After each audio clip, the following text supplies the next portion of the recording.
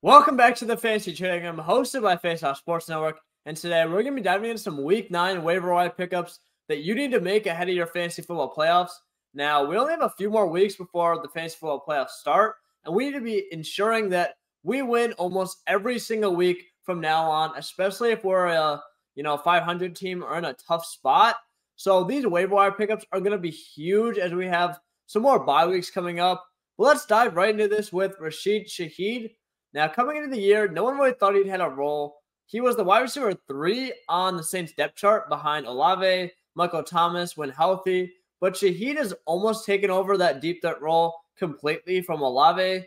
But it really just seems like from actually watching the games, Olave is getting open, but Carr is not able to hit him. But Shaheed is somehow getting those same deep threats and just converting on those type of balls. So you see he pops off in week 8 and week 6. Of course, his average yards per catch is 42 and 51. We see where he wins, but when we need some upside in a flex play, when our wide receiver 3 and 2 are on bye, he is a perfect plug and play. And at wide receiver 2, after falling off, he was a waiver wire pickup. Quentin Johnston is now back on the waiver wire ad. He's still rostered in 31.4% of leagues and had an all right game with 10 points, but he had 5 catches, 50 yards.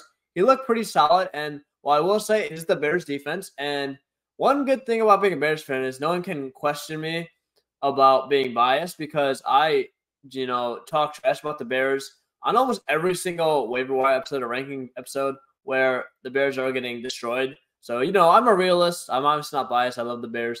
But with that said, Quentin Johnston is now stepping into a wide receiver 2 role. And that's because Josh Palmer went down with an injury. So Palmer was actually banged up before the game, and they kind of rushed him back.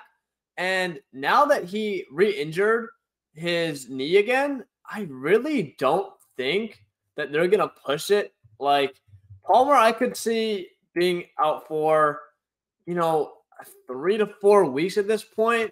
But again, we got to go pick up Quentin Johnston. Upside is there.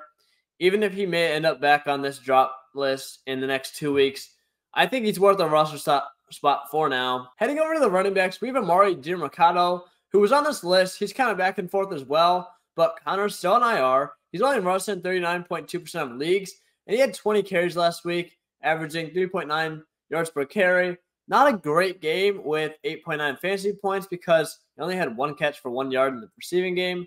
But seeing a guy that can get 20 carries, Kyler could be back any week now, which would dramatically help out all these Cardinals offensive weapons.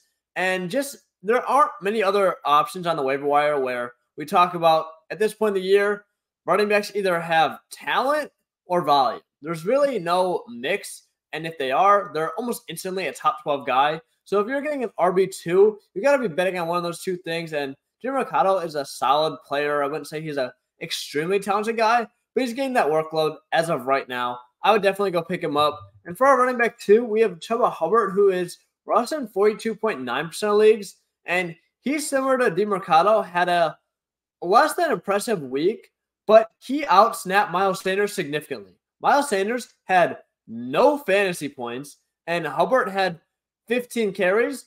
Now, the issue with it is he had 1.9 yards per carry, which is why I have him as my second running back pickup after Demercado, because, that is awful. I would like to say that yards per carry and yards per route run aren't 100% accurate, but I also think yards per route run is better than yards per carry. Just a disclaimer. That said, there's a certain reason why if you're in the 2 to 3 yards per carry, that is for a reason. Like, you just don't get there by accident. You're not typically a talented player, and you're going to have some big runs. You're going to show some explosiveness at times, which is great. But if you have 2 yards per carry, I'm sorry, I just can't effectively say that you are good at football. That is hard for me. That said, it's a chance that we've never seen him be this bad. So it's a chance that, something was up, just horrible game. We'll watch the way he comes back. But he's a starting running back at this point. If Miles Sanders is getting 2 carries for 0 yards and is maybe, injured as well, Chuba Hubbard is a must-add just based on his volume alone. And hopefully that efficiency goes up making him a startable back going forward. Then we can head over to the quarterback of the week, Will Levis. Let me put a quick disclaimer as well.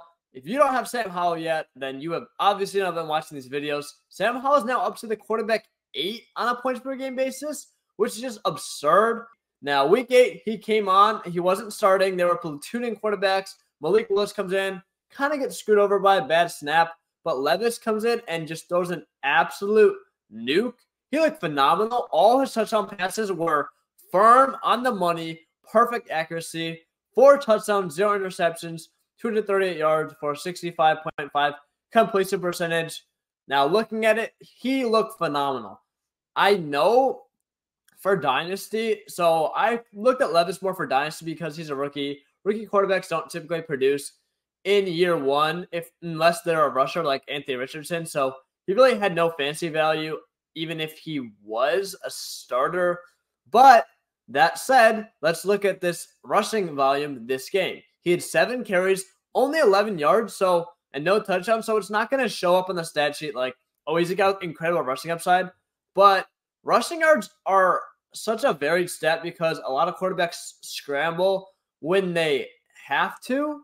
And, sometimes they'll get down and slide for a few yards. Other times, if they're going to scramble more often than not, there's going to be a ton of open grass based on how athletic they are. They can get 10, 15-yard chunks multiple times in a game versus these 1 to 2 yard, quick, get out of the pocket, slide, don't get hurt.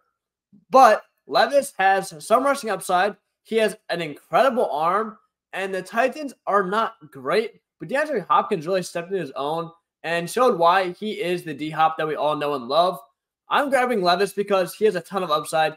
He wasn't a very polished player coming into the draft, but that's perfect for a 1 QB league because these QB 10s through 12s don't really do anything, but you can hit on Levis. He continues to play like this, and this was his first game. He continues to improve, show some rushing upside. He could be a top 5 to 7 quarterback rest of season, and that's not even really that much of a reach. We'll head over to the tight end of the week next in Trey McBride. Now, Trey McBride was actually a second-round pick coming out of college, but Zach Ertz was already there, so he never really got his chance. However, Zach Ertz is still in the IR, and McBride put up 25.5 fantasy points in Week 8, commanding 14 targets, 10 catches, 95 receiving yards, and 1 touchdown. He had an insane game. I would be targeting McBride if you don't have a tight end, which a lot of teams don't. He is honestly up there with my waiver wire edge of the week. I would almost put him at the top depending on how weak you are, maybe running back and wide receiver, if you need to plug and play. But McBride could honestly be a league winner if Ertz, who's old, continues to struggle, doesn't come back in a timely manner. Then we have Kyler Murray coming in. McBride is now fully developed. He's looking like a beast. Please pick up Trey McBride. I love this pickup this week. Now we'll head over to our section where we have the most dropped players of the week. Guys, you should be, dropping and clearing out for these new waiver wire pickups. Then we got Zach Evans. Please drop Zach Evans. I know he's a waiver wire pickup, but he is not getting used. I don't know why. It's just a Sean McVay thing, I guess. Jordan Mason, again, not usable. Christian McCaffrey ended up playing. Questionable decision in my opinion, but no fantasy value. Keontae Ingram, no fantasy value. Demercado is the guy going forward. And then these quarterbacks like Jordan Love, Deshaun Watson are honestly droppable at this point. Freiermuth, I'd have to say, is droppable as well. Unless you put him on your IR. Obviously, AR is a drop. But Freiermuth, it just doesn't look like the volume is going to be there. I really like Freiermuth this year, but Kenny Pickett somehow got worse, and the Steelers' offense is atrocious. Kenny Pickett is just a good player in such a bad situation. Jeff Wilson Jr. is a hold. I could see you dropping him for, maybe Trey McBride or one of these top RBs and running back waiver claims. But Jamal Williams, don't love him. Don't mind dropping him. Tutu Atwell, I would say he's a drop. And Jonnu Smith, why is Sam Howell trending down as a drop? This actually makes me mad because I didn't even see this before. But how are people dropping Sam Howell over and over again like there's any better waiver wire pickups? There's literally no one in most leagues. I mean, yeah, you have Levis coming out of the scene who I honestly might probably have him over Howell. At this point, no, I'd probably still have Howell, but still. Please don't drop Sam Howell. Now that I've explained why I love Sam Howell so much and talked about him for the 5th waiver wire video in a week. That said, thank you guys so much for watching this week's waiver wire video. If you enjoyed it, be sure to come back every Tuesday for waiver wire pickups and every Friday for running back and wide receiver rankings. That said, I really hope you guys enjoyed this video. Thank you so much for watching, and I'll see you guys in the next video.